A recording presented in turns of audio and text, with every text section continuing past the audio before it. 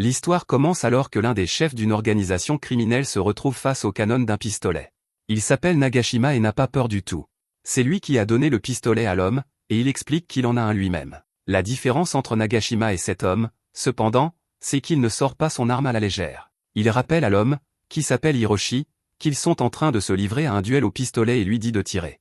Hiroshi est terrifié, car il essaie de protéger quelqu'un, et il tremble de manière incontrôlable. Nagashima en a assez d'attendre, alors il exige bruyamment que Hiroshi tire, ce que celui-ci fait. Cependant, une milliseconde avant qu'Hiroshi n'appuie sur la gâchette, il constate qu'une balle a déjà pénétré son cerveau. Hiroshi est stupéfait, car cela signifie que Nagashima a été capable de dégainer et de tirer plus vite qu'il n'a pu appuyer sur la gâchette de son arme. Nagashima rappelle à l'homme qu'il fait partie du Gakudo et que la rapidité au tir est sa compétence Gakudo. Hiroshi était le dernier des gardes du corps, il ne reste donc plus qu'une femme et un enfant. Ailleurs, notre protagoniste, Shin, passe à côté d'un homme d'affaires bruyant et désagréable. Shin remarque qu'un téléphone tombe de la poche de l'homme, il décide donc d'agir. À ce moment-là, tout le monde est surpris par un bruit fort qui ressemble à un pneu qui éclate, et nous voyons que Shin a réussi à attraper le téléphone avant qu'il ne touche le sol. Shin dit poliment à l'homme qu'il a laissé tomber quelque chose, et celui-ci le remercie d'avoir sauvé son téléphone personnel. Shin est cependant plus intéressé par la coque du téléphone de l'homme, car il s'agit d'une édition limitée de l'anime Flash Princess. Ce n'est pas une coque ordinaire, mais le modèle S, extrêmement rare. L'homme est stupéfait d'entendre quelqu'un qui connaît si bien cet anime, et il comprend alors que Shin est un otaku de princesse, tout comme lui. Shin confirme qu'il a regardé les 17 saisons de l'anime, et tout le monde regarde ces deux excentriques qui s'extasient devant le personnage féminin S. En général, tout le monde aime les personnages mignons, mais ces deux-là sont fans de la méchante. Dans l'anime, il y a des monstres nés de la solitude qui s'attaquent aux humains, et S est leur protectrice. Les héros veulent mettre fin à ces monstres, mais S s'interpose courageusement entre eux. Ces gars connaissent bien l'histoire de l'anime et récitent même leur citation préférée. Le gars est impressionné par Shin parce qu'il est si jeune, mais il s'y connaît vraiment en matière d'anime de haute qualité. Soudain, il est pris au dépourvu lorsque Shin commence à faire quelque chose d'étrange avec son visage. Shin s'excuse et explique qu'il est incapable de sourire ou de rire. Il craignait que son visage sérieux donne l'impression qu'il ne s'amusait pas alors qu'en fait il adorait la conversation sur la princesse qu'ils avaient, alors il a essayé de donner à son visage la forme d'un sourire. Malheureusement, ses muscles faciaux sont très raides à force d'être sérieux tout le temps, donc cela n'a pas fonctionné. L'homme d'affaires trouve Shin amusant et lui donne sa carte de visite en riant. Son nom s'écrit Gakudo, mais il se présente et explique qu'il se prononce Kiwami. De même, le nom de Shin s'écrit Ninja, mais il dit qu'il se lit Shinoa. Avant qu'il ne puisse continuer à discuter, Kiwami reçoit un appel professionnel et ils se séparent. Kiwami espère pouvoir reparler un jour de princesse avec Shin, et Shin trouve lui aussi que cet homme était plutôt intéressant.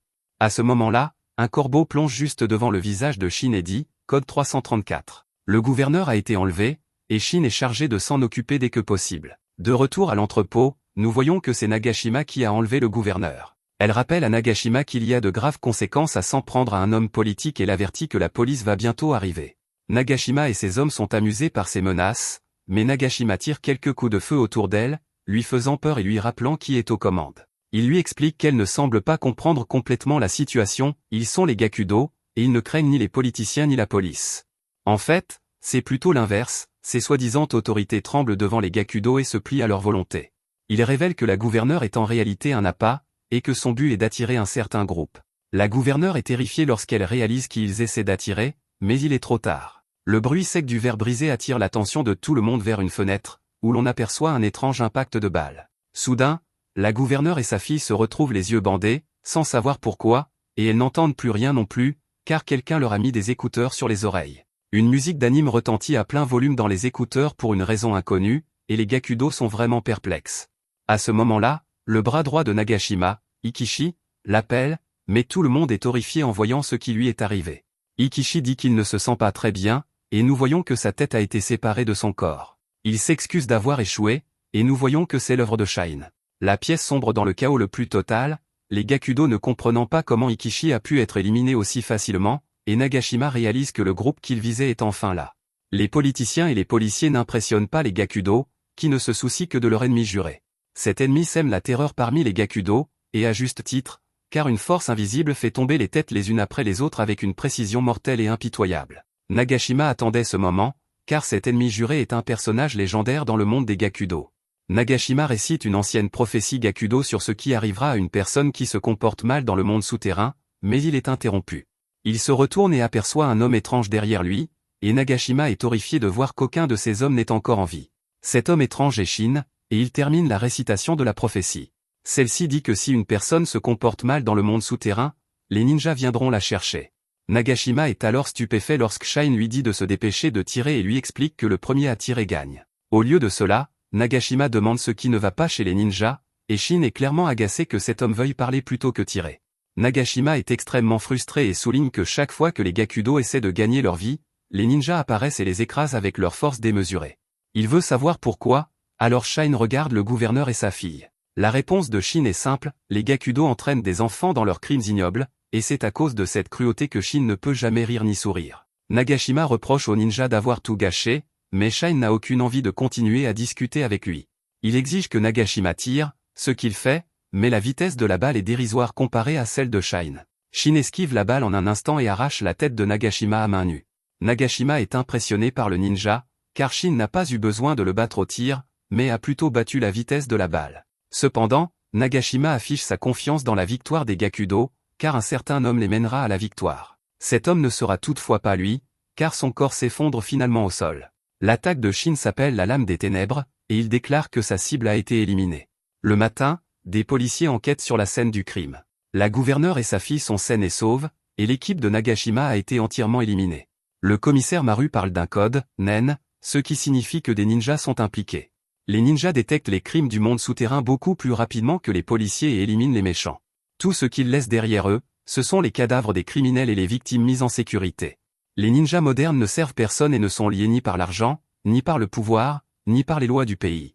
Ils éliminent le mal selon leurs propres règles, ce qui en fait en quelque sorte des anti-héros. L'un des enquêteurs ne peut s'empêcher de les admirer, et Maru ne peut que se demander à quoi ils ressemblent. Ailleurs, d'anciens camarades de classe de Shin l'aperçoivent et se demandent s'ils doivent l'inviter à une fête. L'un d'eux refuse, car Shin ne sourit jamais, et il dit que ce n'est pas le genre de personne qu'il veut à une fête. Shin les entend alors qu'ils s'en vont et leur fait remarquer que ce n'est pas qu'il ne veut pas sourire ou rire, mais qu'il en est tout simplement incapable. Shin essaie de se souvenir quand son incapacité à sourire a commencé et comment un médecin lui a dit un jour que c'était dû à un traumatisme. Shin n'a que de vagues souvenirs de son enfance, dont celui d'un homme tatoué attaquant brutalement quelqu'un.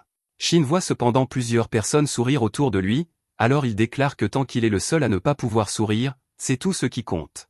Quelque temps plus tard, Shine élimine Morgudo et les maudits pour leurs crimes répugnants. C'est alors qu'il tombe sur des coupons suspects et remarque qu'ils dégagent une odeur étrange. Cette nuit-là, Shin rend visite à son grand-père Kai. Shin utilise son talent pour ouvrir une bouteille de soda, et Kai est impressionné de voir que son apprenti l'a surpassé. L'attaque de Shin s'accompagne du doux bruit de la barrière du son qui se brise, et Kai félicite Shin pour sa maîtrise de la lame des ténèbres. Shin lui montre les coupons qu'il a trouvés, et Kai sent immédiatement l'odeur de la drogue. Du papier imbibé de drogue liquide, déchiré comme des coupons que les gens lèchent pour obtenir leur dose.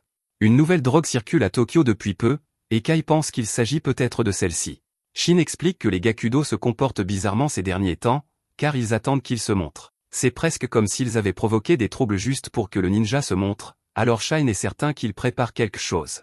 Kai essaie de changer l'ambiance avec une blague, mais il est déçu de voir qu'il n'arrive toujours pas à faire sourire Shin. À ce moment-là, un client en colère se plaint d'un cendrier débordant, alors Kai démontre ses incroyables capacités en s'en occupant en une fraction de seconde. Les ninjas protègent le peuple de cette nation depuis des centaines d'années, et Kai est l'un des 8 ninjas impériaux. Quels que soient les plans que les Gakudo sont en train de concocter, s'ils causent des problèmes dans le monde souterrain, Kai jure de tous les éliminer. Le lendemain, Shine se précipite quelque part. Il commence à paniquer lorsqu'il se rend compte qu'il est en retard, et nous voyons qu'il est venu au magasin Princesse pour acheter des articles en édition limitée qui ne sont disponibles qu'aujourd'hui. Shin doit se précipiter à la fin de la file d'attente, où il est surpris de rencontrer Kiwami. Le dernier épisode de Princesse vient de sortir, les deux ont donc beaucoup de choses à se dire. Kiwami a l'impression que Shine pourrait être un vieil ami tant ils s'entendent bien, et Shin se demande si c'est le destin qui les a fait se rencontrer à nouveau. Après avoir dépensé beaucoup trop d'argent en produits dérivés Princesse, les deux amis décident d'aller déjeuner. Kiwami est furieux lorsqu'il raconte une scène épique de trahison dans Princesse, et il doit retenir ses larmes lorsqu'il pense à la persévérance dont S a fait preuve dans le dernier épisode. Tout le monde au restaurant connaît Kiwami, car il est très sympathique et leur donne toujours des conseils sur la vie. Ils rient tous après que Kiwami ait raconté une blague, alors Shine essaie de se joindre à eux. Shin ne voulait pas paraître impoli en ne s'amusant pas comme les autres, mais son visage est toujours incapable d'exprimer la joie. Shin aimerait changer cela chez lui, alors Kiwami lui fait une suggestion. Il demande d'abord à Shin s'il a des amis, mais Shin répond que non. Kiwami explique que le meilleur moyen pour Shine de changer cela est de nouer des liens avec les autres. Malheureusement, Shine lui rappelle que son visage ne montre jamais aucune émotion, il lui est donc pratiquement impossible de se faire des amis, même à l'école. Kiwami comprend alors et dit à Shin qu'il sera son ami. Shin est perplexe alors qu'un souffle d'air s'échappe de sa bouche, et Kiwami lui fait remarquer que c'était un rire. C'était la première fois qu'il en faisait un, et Kiwami ne pouvait pas être plus heureux pour son nouvel ami. Après cela, les deux souhaitent pouvoir finir de résumer toute la saison de Princesse, mais Kiwami doit aller travailler. Ils n'ont vu que la moitié des 17 saisons, mais ce n'est pas grave, car ils ont échangé leurs coordonnées et prévoient de continuer une autre fois. Les mains pleines de produits dérivés, les deux garçons se disent au revoir et se séparent. Shin veut aller voir son grand-père immédiatement, car il veut lui dire que pour la première fois de sa vie, il s'est fait un ami. Au restaurant de son grand-père, cependant, Kai reçoit un message du corbeau et décide qu'il devra fermer plus tôt aujourd'hui. Ailleurs, Kiwami rencontre son chauffeur, Yuzawa, qui lui rappelle qu'il a un travail très important à faire. Dans la voiture, l'expression de Kiwami change, et Yuzawa lui fait remarquer qu'il montre son vrai visage. Kiwami enlève alors sa chemise pour révéler plusieurs tatouages qui couvrent le haut de son corps et les marques du Gakudo. On dit à Kiwami que la famille est en plein chaos, les ninjas détruisent leurs profits et le Gakudo s'affaiblit. Leurs jeunes membres les abandonnent et rejoignent des gangs non yakuza. Yuzawa dit que les choses seraient beaucoup plus faciles si Kiwami prenait la tête du Gakudo, mais Kiwami n'aime pas cette idée car il apprécie vraiment son statut de simple employé de bureau. Quant à son rôle dans le monde souterrain, il se contente de rester le patron de l'ombre. Kiwami a cependant un plan pour s'occuper des ninjas, et nous voyons que cela a quelque chose à voir avec le papier imprégné de drogue. Ailleurs, Shine arrive au restaurant de Kai et découvre qu'il a fermé plus tôt. Dans l'une des bases de Gakudo, deux factions s'affrontent violemment. Kiwami entre dans la pièce, et nous voyons qu'il a un comportement complètement différent. C'est lui qui a convoqué la réunion, et il se présente comme le chef de l'ombre Takamoto. Dehors, nous voyons que Kai est arrivé pour sa mission.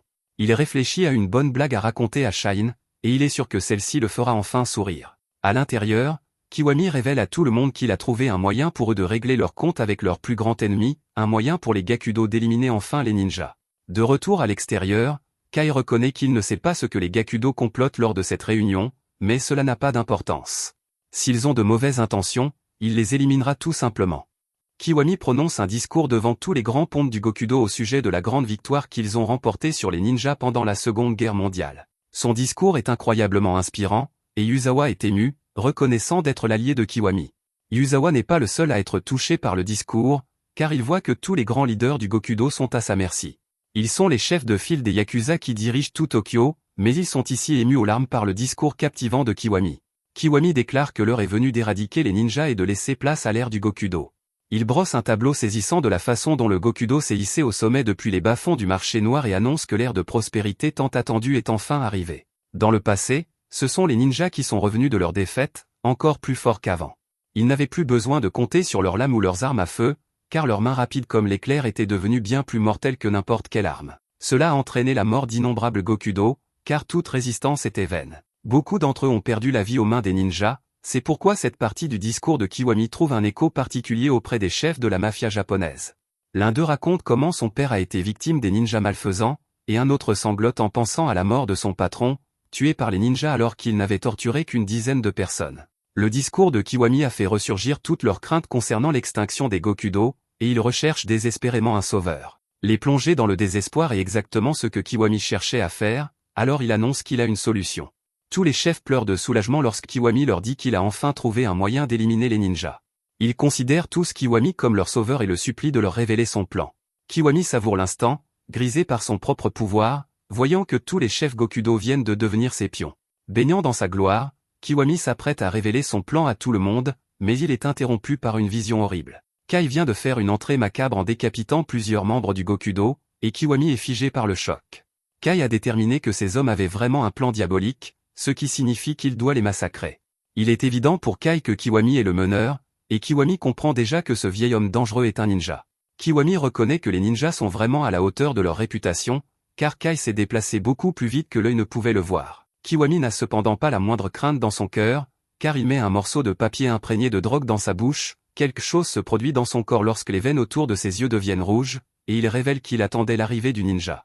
Il demande à tout le monde dans la pièce de regarder attentivement, car il va démontrer de première main comment le Gokudo va détruire le ninja. Kai reconnaît les coupons, mais remarque qu'ils ne sont pas identiques, car celui-ci est d'une couleur différente. Kiwami traverse le tapis rouge de cadavres et réfléchit très attentivement à son adversaire. Le vieil homme est très agile et attaque rapidement à longue distance.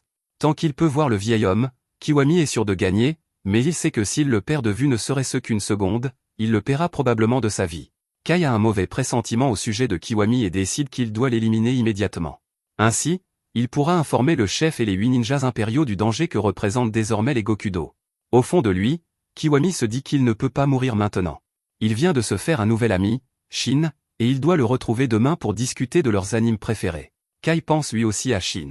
Il a travaillé toute la journée sur un jeu de mots hilarant et prévoit de le dévoiler demain dans l'espoir de faire enfin rire Shin. Ailleurs dans la ville, Shin se retrouve à regarder la lune et remarque qu'elle est pleine. De retour à la base, le combat commence avec les deux hommes qui se ruent l'un sur l'autre en même temps. Pendant ce temps, Shin se demande ce que Kai lui réserve pour la suite, car il a beaucoup aimé la dernière fois. Il pense également à son premier ami, Kiwami, et à quel autre épisode de Princesse il pourrait discuter. Les deux personnes les plus proches de lui sont cependant engagées dans un combat à mort, et Kiwami parvient de justesse à esquiver l'une des attaques de Kai. Kiwami est un psychopathe, car il affiche un sourire narquois et continue d'esquiver les attaques incessantes de Kai. Kai est clairement une bête, cependant, car Kiwami perd le contrôle d'une de ses mains pendant un bref instant et manque de perdre la tête. Kai inflige toujours des dégâts importants, mais Kiwami a déjà comblé l'écart et il a Kai dans son champ de vision. Shine apparaît dans l'esprit de Kai à ce moment précis, alors que Kiwami se précipite sur lui et lui assène un coup fatal. Cependant, le poignard enfoncé dans le crâne de Kai ne suffit pas à assurer la victoire, alors Kiwami achève Kai en lui tirant plusieurs balles. Les bras de Kai s'affaissent, et les chefs du Gokudo remarquent qu'ils n'ont jamais rien vu d'aussi incroyable. Le combat est sans aucun doute terminé, alors Kiwami annonce qu'il a réussi à éliminer un ninja. La salle éclate en applaudissements, et tout le monde est stupéfait de voir que la blessure géante de Kiwami guérit sous leurs yeux. Comme si sa victoire ne suffisait pas à les convaincre, cette guérison incroyable leur fait penser que Kiwami est capable de créer des miracles. Kiwami révèle cependant fièrement qu'il ne s'agit pas d'un miracle, mais de ce qu'il appelle les tickets pour l'enfer. Les coupons de drogue qu'ils ont vendus aux gens normaux sont appelés les coupons du paradis. Cependant, celui qu'il vient d'utiliser est une version améliorée qu'il appelle le coupon de l'enfer. Une seule dose revigore le corps à un niveau incroyable. C'est ce qui donnera au Gokudo la vitesse et la force nécessaires pour rivaliser avec les ninjas. Avec des capacités physiques égales à celles des ninjas, Kiwami est sûr que l'utilisation de poignards et d'armes à feu leur donnera l'avantage. L'avantage des ninjas disparaîtra, et les Gokudo contrôleront désormais le monde. La salle éclate à nouveau d'admiration, car tout le monde reconnaît Kiwami comme leur chemin vers la victoire. Yuzawa ne pourrait être plus fier, mais Kiwami déclare qu'ils ne font que commencer.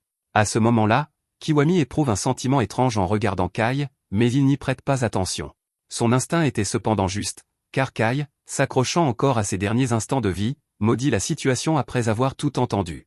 Les Gokudo ont désormais un pouvoir équivalent à celui des ninjas, ce qui met tout le monde en grand danger. Kai sentait que Kiwami était dangereux, mais il n'avait aucune idée de la puissance qu'il allait acquérir. Il déclare qu'il appartient désormais aux 8 ninjas impériaux de terminer ce qu'il a commencé. Kai s'occupe de son petit-fils depuis un certain temps déjà, et il déclare que Shin est le dernier espoir des ninjas. Il a encore besoin de beaucoup d'aide, alors Kai supplie les 8 ninjas impériaux de bien prendre soin de lui.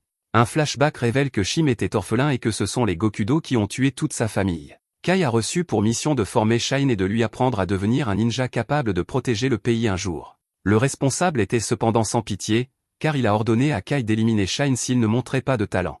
Kai n'en tint toutefois pas compte et commença immédiatement à entraîner Shine. Il décida de commencer par les techniques de base du shinobi et ses premiers mots à Shine furent de lui demander de lui prendre la main. Kai répète ces mots à présent, mais ce sont ces derniers. Tout le monde dans la pièce regarde alors son corps commencer à briller, et Kiwami est horrifié lorsqu'il réalise ce que Kai s'apprête à faire. Il n'y a cependant pas le temps de réagir, car Kai déclenche une explosion, mettant fin à sa vie et détruisant tout le bâtiment. Shin sent immédiatement quelque chose lui parcourir l'échine, mais il n'a aucune idée de ce que c'est. De retour sur le champ de bataille, Kiwami est choqué de voir jusqu'où Kai était prêt à aller. Il félicite Kai de s'être sacrifié pour assurer la mort de tous les chefs Gokudo, mais Kiwami reste de marbre. Ces vieux schnocks étaient certes importants à ses yeux, mais ils n'étaient que des pions. Les personnes qui lui tenaient vraiment à cœur, appelées les Agokudo de la destruction, sont toujours en vie. Ils ont réussi à survivre à l'explosion grâce au coupon de l'enfer, et ils sont prêts à détruire les ninjas et tout le pays. Kiwami est prêt à les diriger, alors il passe en revue son plan. Les ninjas flairent le crime et fondent dessus, alors Kiwami prévoit d'utiliser cela contre eux. Il ordonne à ses hommes de se livrer à des actes malveillants afin d'attirer les ninjas. Ceux-ci mordront sûrement à l'hameçon, et c'est à ce moment-là que les Gokudo passeront à l'attaque. Quant au vieux ninja qu'il vient de vaincre, Kiwami demande à ses hommes d'en récupérer quelques morceaux comme preuve de l'attaque ninja. Kiwami veut également envoyer un message, et il a prévu quelque chose de sinistre. Le lendemain matin, un groupe de personnes se rassemble autour de quelque chose posé au sol. Cela a l'air dégoûtant, et il se demande s'il s'agit d'une œuvre d'art contemporain. Il s'agit d'un poignard planté dans un monticule de viande hachée, qui fait déjà le buzz sur les réseaux sociaux. Les gens pensent qu'il s'agit d'une œuvre d'art d'un artiste inconnu, mais la réalité est bien plus sadique. Shine se trouve à proximité, il va donc voir de quoi il s'agit, mais il est horrifié lorsqu'il aperçoit le monocle de son grand-père. La réalité déchirante s'impose immédiatement à Shine lorsqu'il imagine le visage de son grand-père, et il est obligé de réfléchir à la façon dont un homme aussi gentil a été déshonoré. Son choc se transforme rapidement en rage, et la force de sa colère fait fuir les corbeaux. Avec toute la colère qui transparaît dans sa voix, Shine demande à l'un des corbeaux bavards d'informer les 8 ninjas impériaux. Les Gokudo ont pris la vie de son grand-père Kai, et il veut se venger. Alors que Shine se tient là, son monde entier bouleversé, Kiwami apparaît de nulle part. Il salue son ami avec désinvolture après l'avoir croisé par hasard et explique qu'il a immédiatement reconnu Shine. Shine a une coiffure unique et une posture particulièrement mauvaise. Kiwami annonce fièrement qu'il vient de faire quelque chose d'incroyable au travail, et que ce soir, c'est lui qui paie les boissons. Shine enfouit ses émotions au plus profond de lui-même afin de pouvoir agir normalement, et il taquine Kiwami en lui disant qu'il a l'air ridicule avec une cravate sur la tête. Alors que Kiwami plaisante en disant que cela va devenir une nouvelle tendance, il remarque que le message qu'il a laissé a disparu. Il en conclut que les ninjas ont dû venir le chercher, alors il n'y prête plus attention et les deux amis se rendent au bar. Ironiquement, l'amitié entre le protagoniste et son ennemi est une tradition dans la série d'animes Princesse que les garçons aiment tant. Ils connaissent tous les ennemis avec lesquels le héros principal s'est lié d'amitié, et il y en a même un où ils ne savaient pas qu'ils étaient secrètement ennemis alors qu'ils devenaient meilleurs amis. Le conflit qui a éclaté lorsqu'ils l'ont découvert était vraiment amusant à regarder, car il a tenu tout le monde en haleine. Shin fait de son mieux pour faire semblant d'être normal, mais au fond de lui, il est submergé par la haine. Il ne comprend pas pourquoi la vie de son grand-père a dû prendre fin, et il se demande avec rage lequel des salauds de Gokudo est derrière tout ça. Pendant ce temps, Kiwami réfléchit à la suite des événements. Il aimerait savoir où se cachent les ninjas afin de pouvoir les attaquer en premier, mais pour l'instant, ils devront se contenter de les attirer hors de leur cachette. La rage continue cependant de bouillonner en Shine, et il promet de trouver le responsable afin de pouvoir se venger. L'anime Princesse existe depuis si longtemps qu'il a couvert tous les clichés de l'anime. Il y a même un épisode où un vieil ennemi tue le maître du protagoniste. La voix de Kiwami se transforme cependant rapidement en bruit de fond, car Shine ne peut penser qu'à son grand-père. Kai a toujours aimé le café, mais il reconnaît que noyer ses soucis dans l'alcool est un plaisir de l'âge adulte. Shin est prêt à essayer, mais il est encore jeune et Kiwami tente de l'en empêcher. Un peu d'alcool finit tout de même par atteindre le visage de Shin, et un seul regard suffit pour que Shine tombe à la renverse. Kiwami craint pour la vie de Shin et se demande s'il a besoin d'un médecin, ce qui surprend Shin. Kiwami est vraiment inquiet pour lui, alors Shin décide qu'il est vraiment quelqu'un de bien et se réjouit que Kiwami soit son premier ami. Après avoir réalisé qu'il pouvait faire confiance à Kiwami, Shin lui présente ses excuses pour son comportement et lui révèle qu'il vient de perdre quelqu'un qui lui était très proche. Cette personne était comme un parent pour lui, et Shine l'aimait plus que quiconque. C'est pourquoi il essayait d'étouffer sa douleur avec l'alcool. Kiwami exprime ses regrets et révèle qu'il comprend parfaitement ce que ressent Shin. Perdre quelqu'un d'important est atrocement douloureux, et même l'alcool ne peut noyer cette tristesse. C'est pourquoi, dans un moment comme celui-ci, Kiwami dit que la seule solution est pour lui de pleurer à chaudes larmes. Kiwami le supplie de laisser libre cours à ses émotions afin qu'elles ne le submergent pas, et il laisse Shine pleurer sur son épaule jusqu'à ce que ses larmes se tarissent. Personne n'avait jamais dit cela à Shine auparavant, et après une tragédie aussi horrible, les larmes de Shin se mettent à couler à flot. Après coup, Shin s'excuse d'avoir causé tant de problèmes. Kiwami insiste pour lui appeler un taxi pour rentrer chez lui, mais Shin lui assure qu'il se sent beaucoup mieux maintenant. Kiwami lui rappelle de boire beaucoup de jus de légumes pour soigner sa gueule de bois, et les deux amis se disent au revoir. Kiwami pense à la douleur que Shine doit ressentir en ce moment, et il est choqué lorsqu'il se rend compte qu'il est lui-même en train de pleurer. Peu après, des hommes s'apprêtent à voler Shine, ivre et inconscient. Mais leurs efforts sont interrompus lorsque le ninja utilise une lame de ténèbres pour déclencher un immense incendie derrière eux. Les voyous s'enfuient pour sauver leur vie, et nous voyons que quelqu'un est venu chercher Shine. Ailleurs, nous voyons que Yuzawa a rassemblé un groupe d'orphelins ninjas. Ce sont des enfants dont toute la famille a été éliminée par les ninjas. Yuzawa les a recueillis, tout comme son mentor, Takamoto, l'avait recueilli. À ce moment-là, Yuzawa fait preuve d'incroyables réflexes en réussissant à empêcher une balle d'atteindre Kiwami. Kiwami est déçu de voir qu'un autre tueur à gages est arrivé pour se venger au nom de quelqu'un d'autre, et Yuzawa lui assure qu'il s'occupera de cet homme. L'homme tire sur Yuzawa qui s'approche, mais Yuzawa est un véritable tank humain.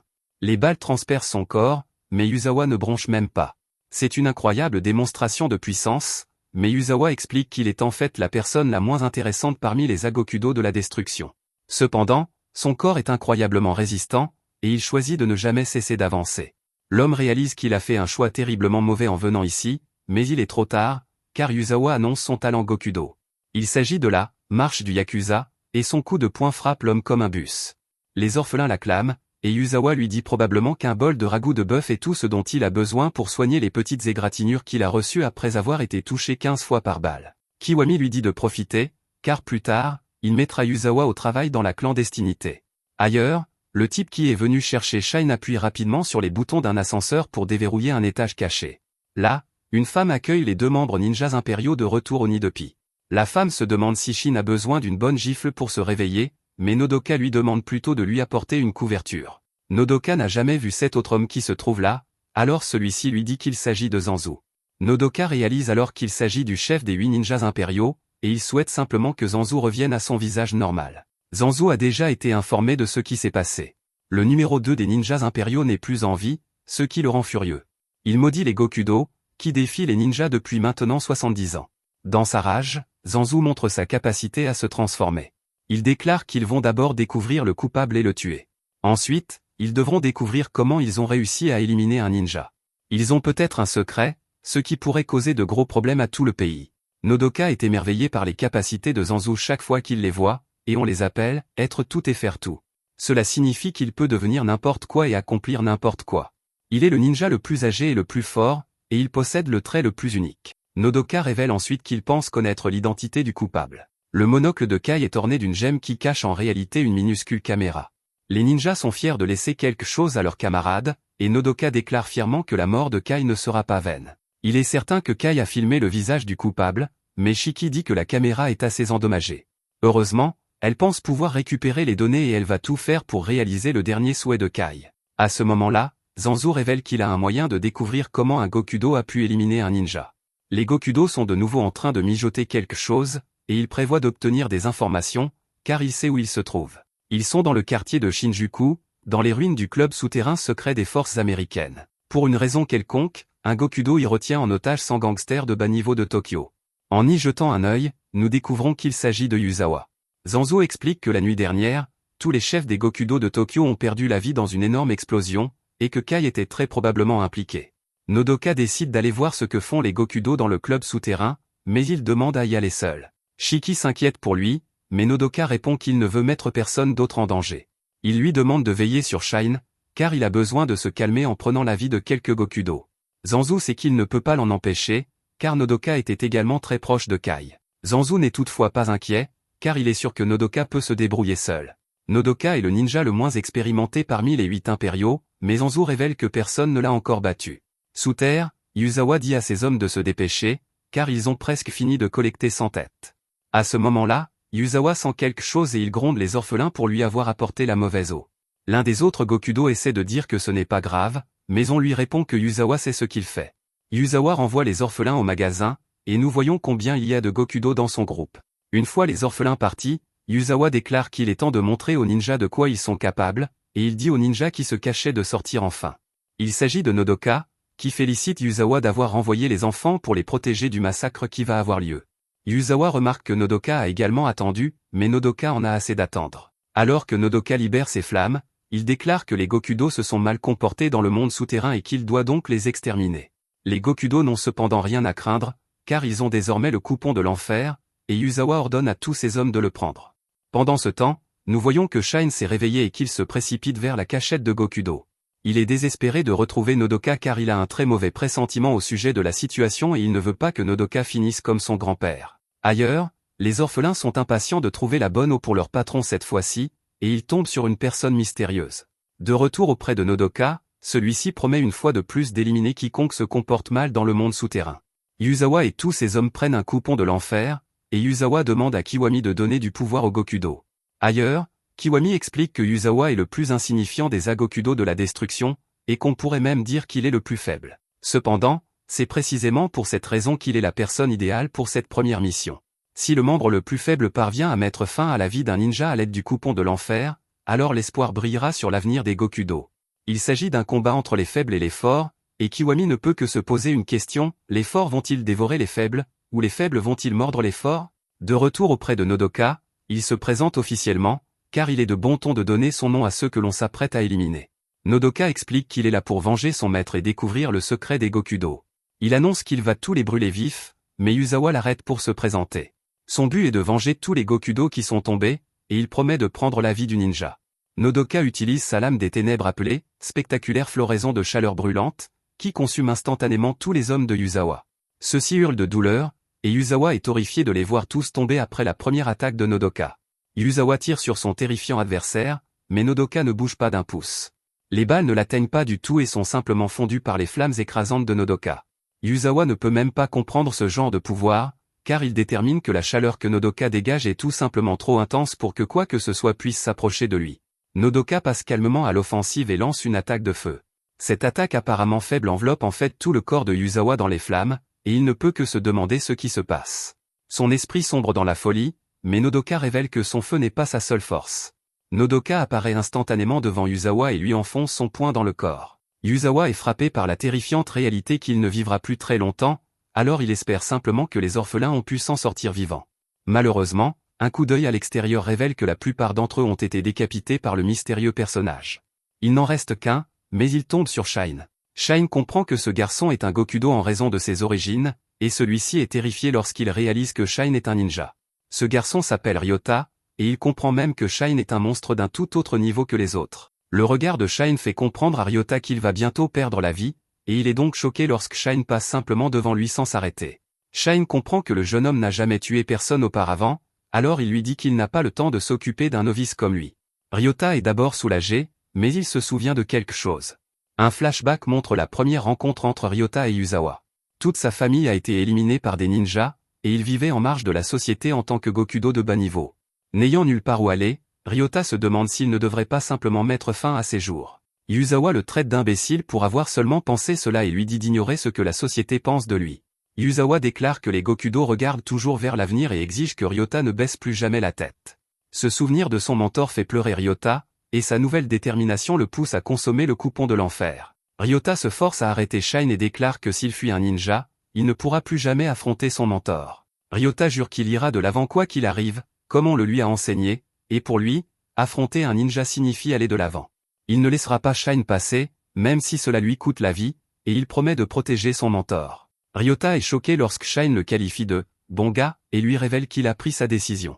Shine comprend clairement que ce type est très déterminé, il n'a donc pas d'autre choix que de mettre fin à ses jours. La peur revient chez Ryota lorsque Shine lui explique qu'il souhaite également rejoindre l'un de ses amis. Shine se présente officiellement et déclare qu'il accordera à Ryota le plus grand respect avant de l'éliminer. Ryota comprend enfin le sens de ses combats, et toute sa peur le quitte. Il se présente également au ninja et déclare que se faire tuer avec respect serait un honneur. Ryota n'a toutefois pas l'intention de se laisser faire, et il dit à Shine qu'ils vont se battre sans tenue. Le combat commence, et Ryota se surprend lui-même en réussissant à asséner un coup de poing au visage de Chin. Shine complimente l'attaque, car il a pu sentir que Ryota l'avait volé, et il riposte. Ryota la bloque cependant et explique que tout son style de combat repose sur des coups de poing et des défenses dures comme le fer, c'est son talent Gokudo, appelé « bras de fer de la force virile ». Un autre de ses coups de poing de fer repousse Shine, qui constate que ses propres attaques sont facilement bloquées par Ryota. Pendant qu'ils se battent, Ryota ne peut s'empêcher de penser à la fierté que Yuzawa éprouverait pour lui. Il se bat à armes égales avec le puissant ninja, mais finalement, l'une des attaques de Shine lui cause des dégâts. Shine révèle qu'il s'agit de la lame des ténèbres appelée Aura Ultimate Pénétration. Son raisonnement était simple, chaque fois que quelque chose est aussi solide que le fer, il le brise. Shine utilise alors la même attaque, mais cette fois-ci, il s'agit d'une rafale. Ryota n'a d'autre choix que d'essayer de se défendre, mais les coups incessants de Shine le touchent à chaque fois en plein cœur. Ryota lutte énormément, car ses bras de fer ne tiendront plus très longtemps, et Shine ne montre aucun signe de ralentissement. En fait, c'est plutôt le contraire, car Shine semble devenir plus fort au fur et à mesure que le combat avance. Finalement, Shine se prépare à porter un coup fatal, et Ryota ne peut que penser à Yuzawa avant que l'attaque de Shine ne le mette brutalement en pièces. Le combat est terminé, et Shine reconnaît Ryota comme un adversaire coriace qu'il en est venu à respecter. Pendant ce temps, dans la pièce, le corps de Yuzawa s'effondre lorsque Nodoka met fin à ses jours. Nodoka ne peut s'empêcher de pleurer lorsqu'il dit à grand-père Kai qu'il a été vengé, et il promet toujours d'éliminer le Gokudo, qui lui a en fait ôté la vie. Cependant, alors qu'il s'en va, Nodoka est choqué d'entendre à nouveau la voix de Yuzawa. Yuzawa révèle que la mare de sang provenant des nombreuses têtes coupées plus tôt a aidé à éteindre les flammes de la dernière attaque de Nodoka. Nodoka est stupéfait de voir que Yuzawa est toujours en vie malgré le trou géant dans son corps. Yuzawa dit avec colère au ninja de ne pas sous-estimer les Gokudo, car il refuse de se rendre tant qu'il n'aura pas restauré leur honneur. Nodoka devient encore plus inquiet lorsqu'il se rend compte que tous les Gokudo qu'il vient de brûler sont également toujours en vie. C'est une scène cauchemardesque, car Nodoka fait remarquer que des humains normaux ne pourraient pas résister à ce genre d'attaque, cela devrait être impossible, mais il se souvient les avoir vus consommer quelque chose juste avant le combat.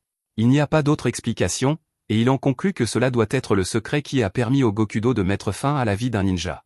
Pendant ce temps, Yuzawa a également compris quelque chose, alors qu'il retire un petit morceau de peau de son corps. Il s'avère que l'attaque de Nodoka projette de minuscules morceaux de peau surchauffés, et c'est ainsi qu'il a pu mettre le feu à Yuzawa et à ses hommes. Yuzawa en déduit que le corps du ninja de feu est probablement adapté de manière unique pour supporter une chaleur extrême, et qu'il flotte dans les airs en utilisant les courants ascendants générés par cette même chaleur. Cela résout le mystère du fonctionnement de ses attaques, mais Yuzawa se demande toujours comment il est censé le battre. Il ne lui reste qu'un seul poignard pour attaquer. C'était en fait un cadeau de Kiwami, et Yuzawa était impressionné que la lame puisse résister à une chaleur aussi intense.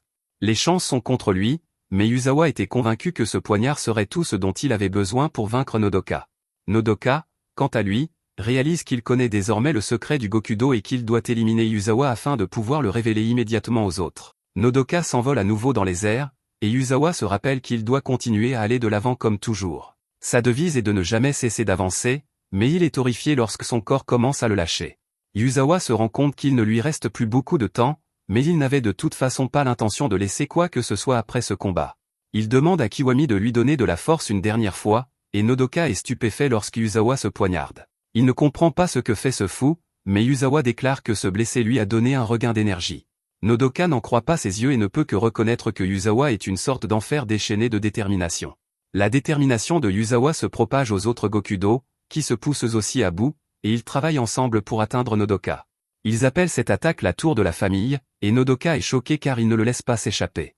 Même si leur corps brûle et que leurs cris remplissent l'air, les Gokudo surmontent la douleur. Ils avancent comme Yuzawa leur a toujours dit de le faire et ils crient à Yuzawa de terminer le combat. Yuzawa bondit en avant avec sa lame tout en remerciant ses fidèles combattants, et il utilise son attaque, marche du Yakuza. Il grimpe sur sa montagne de soldats et Yuzawa parvient à plonger sa lame dans le cœur de Nodoka. Cependant, Nodoka lui arrache la tête en retour. Nodoka est choqué d'apprendre jusqu'où les Gokudo sont prêts à aller, et Yuzawa utilise ses derniers instants pour penser à la belle vie qu'il a eue. Il imagine toutes les personnes qui lui sont proches et à la vision de rencontrer le légendaire chef des Gokudo, Takamoto. Yuzawa a toujours suivi ses traces et a fait de son mieux pour honorer les Gokudo. C'était pénible d'endurer autant de souffrances, mais Yuzawa était fier d'avoir réussi à aller de l'avant.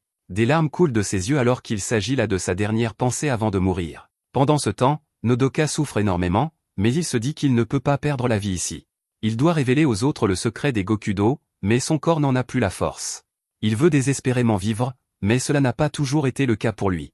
Nodoka détestait sa vie auparavant et voulait qu'elle s'achève. Il a dû endurer plusieurs épreuves pendant son enfance, comme les violences physiques infligées par tous les membres de sa famille. Même lorsqu'il était orphelin, le directeur de l'orphelinat a tenté de mettre fin à ses jours et de vendre ses organes. Chaque fois que l'un de ses problèmes atteignait son paroxysme, l'esprit de Nodoka devenait incontrôlable et son corps tout entier s'enflammait, mettant le feu à tout ce qui l'entourait. Nodoka en avait assez de son corps et de sa vie. Il était prêt à en finir, mais Shine est apparu de nulle part pour l'en empêcher. Shine était convaincu que Nodoka serait gêné de perdre la vie de cette manière, et Nodoka lui a expliqué à quel point tout était terrible. Il l'a averti qu'il ne pouvait pas contrôler les flammes et que Shine serait brûlé vif s'il restait près de lui. Shine n'était cependant pas effrayé le moins du monde, déclarant que le feu n'était rien, l'entraînement spécial de son grand-père Kai était bien pire que n'importe quelle flamme. Shine enquêtait sur le Gokudo qui vendait des organes prélevés sur des orphelins, mais l'endroit était déjà en feu.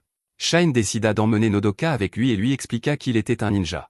Il dit à Nodoka de s'entraîner physiquement, car s'il apprenait à contrôler son corps, il pourrait aider les gens.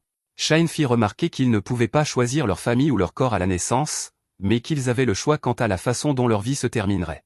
Il assura à Nodoka que s'il passait sa vie à aider les autres, il mourrait avec le sourire aux lèvres. Quant aux ninjas, ils vivent dans l'attente du jour où ils pourront mourir avec le sourire aux lèvres. Nodoka fut incroyablement inspiré par ces paroles, et il fut choqué d'apprendre que Shine n'avait que 10 ans à l'époque. Nodoka est déterminé à raconter à Shine ce que font les Gokudo, car il ne pourra plus sourire s'il perd la vie maintenant.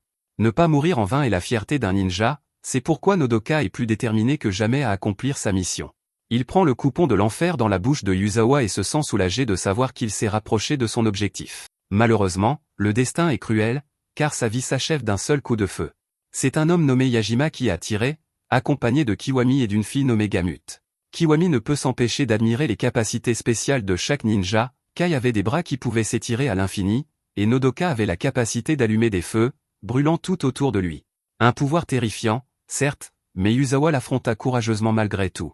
Kiwami connaissait Yuzawa depuis longtemps, et c'était tout à fait son genre de sacrifier sa vie pour vaincre un ninja. Fort de cette grande victoire, Kiwami déclare que les faibles ont enfin pu riposter contre les forts. Gamut est apparemment folle, car elle dit que tout cela n'a servi à rien puisque Yuzawa a quand même perdu la vie, mais Kiwami la gronde et lui rappelle d'être gentil avec ses amis. Gamut promet de ne plus le mettre en colère, mais Kiwami ne sait même pas vraiment ce que sont les émotions. Il a un passé sombre, car il reproche à sa vie familiale et à un accident d'être la raison pour laquelle il ne peut rien ressentir. Kiwami comprend les émotions et la théorie, et il peut les jouer, mais il ne sait pas ce qu'elles font ressentir. À cause de cela, il ne pourra jamais vraiment s'identifier à qui que ce soit dans ce monde. Cependant, c'est grâce à cela qu'il comprend mieux que quiconque ce que signifie être seul. Il s'excuse auprès de Yuzawa parce qu'il est incapable de verser des larmes pour lui. À la place, il se couvre le visage du sang de Yuzawa pour symboliser des larmes de sang. À ce moment-là, Shine arrive, mais il ne voit que 3 silhouettes debout au milieu des flammes. Kiwami le voit également, mais il ne sait pas qui il est. Il pourrait s'agir d'un des employés du bâtiment ou même d'un ninja. Il n'y a cependant pas de temps à perdre, car ils ont beaucoup de nettoyage à faire et doivent partir. Pour punir Gamut d'avoir manqué de respect à Yuzawa, il lui ordonne de rester sur place et de se débarrasser de cette personne, quelle qu'elle soit. Il dit qu'il l'attendra dans la voiture et ne lui accorde que 3 minutes avant de la laisser. Shine leur crie de ne pas s'enfuir, mais il est choqué lorsqu'il voit le corps sans vie de Nodoka. Heureusement, Nodoka semble encore en vie, mais ses blessures signifient qu'il ne tiendra pas longtemps. Nodoka essaie de parler, mais il arrive à peine à prononcer quelques mots. Shine lui dit de ne pas trop se forcer et lui explique qu'il va simplement lire sur ses lèvres. Les seuls mots qui sortent sont pour avertir Shine d'une attaque. Soudain, Gamut tombe du plafond, mais Shine est furieux et elle doit repartir. La rage de Shine transparaît dans chacun de ses mots alors qu'il répète sans cesse qu'il va mettre fin à la vie de la jeune fille. Gamut ne comprend même pas d'où vient toute cette rage, mais Shine s'en moque et continue de lancer des attaques. Shine répète sans cesse qu'il va la tuer, et Gamut est terrifiée de le voir devenir fou furieux comme ça. Elle est folle, cependant, car elle appelle sa maman et manque de trancher la tête de Shine. Gamut dit qu'elle a failli faire jaillir le cerveau de Shine comme des nouilles, mais elle est contente de voir qu'elle lui a bien abîmé l'œil. Gamut explique qu'elle fait partie des Gokudo de la destruction et qu'elle est bien plus forte que Yuzawa ne l'était. Shine, cependant, s'en fiche complètement, tout comme du fait qu'il n'a plus qu'un seul œil valide. Gamut le traite de grand parleur, mais se rend compte qu'il est plus que cela lorsqu'elle remarque qu'il lui a coupé la main. Gamut se demande si elle pourrait recoller sa main, mais Shine la frappe plusieurs fois et s'en débarrasse. Nodoka observe avec étonnement, car Shine a toujours réussi à dépasser les attentes qu'elle avait à son égard. Shine se présente à nouveau, mais cette fois-ci, il est rempli de colère. Gamut montre également qu'elle est passée aux choses sérieuses. Elle promet de rendre Shine si malade qu'il regrettera d'être en vie et le fera supplier quelqu'un de mettre fin à ses souffrances. Son pouvoir Gokudo s'appelle Pestilence, et les deux adversaires jurent de mettre fin à la vie de l'autre alors qu'ils se précipitent l'un vers l'autre. Soudain, ils s'arrêtent tous les deux lorsque le téléphone de Gamut sonne. Elle répond, et Shine est choqué lorsqu'il réalise que sa sonnerie est la chanson thème de Flash Princess. Kiwami est à l'autre bout du fil et dit à Gamut que son temps est écoulé, qu'elle est désormais livrée à elle-même. Elle le supplie de lui accorder plus de temps, mais il a déjà raccroché. Shine est prêt à poursuivre leur combat intense, mais Gamut s'ennuie désormais et s'en va. Elle connaît désormais son nom et son visage, alors elle promet de détruire un jour son plus grand bonheur et de mettre fin à ses jours. Elle jure de le plonger dans le désespoir le plus profond et de le rendre malade. Gamut est folle, alors elle lui dit aussi au revoir joyeusement avant de partir. Elle se trompe complètement sur son nom, cependant, puisqu'elle l'appelle Takono Kinoko, et elle n'écoute même pas quand Shine essaie de la corriger. Shine se précipite vers Nodoka, mais il n'a que de mauvaises nouvelles, il aimerait pouvoir dire que tout va bien, mais la réalité est qu'il ne va pas survivre. Cela ne surprend toutefois pas Nodoka, car il a déjà préparé ses derniers mots. Il révèle que les Gokudo se comportent délibérément mal afin d'attirer les ninjas et de les éliminer. Mais surtout, le secret qui leur permet d'y parvenir réside dans un petit bout de papier. Shine est reconnaissant à Nodoka de s'être sacrifié pour obtenir cette information, et il aimerait entendre tout ce que Nodoka souhaite lui dire d'autre. Nodoka utilise ses derniers instants pour dire à Shine qu'il lui doit beaucoup. Shine a toujours été là pour le guider, comme un grand frère. Nodoka garde de bons souvenirs de la façon dont Shine l'entraînait parfois en secret, car grand-père Kai ne voulait pas qu'il apprenne certaines techniques dangereuses. De plus, lors de la première mission de Nodoka, c'est Shine qui l'a protégé tout au long.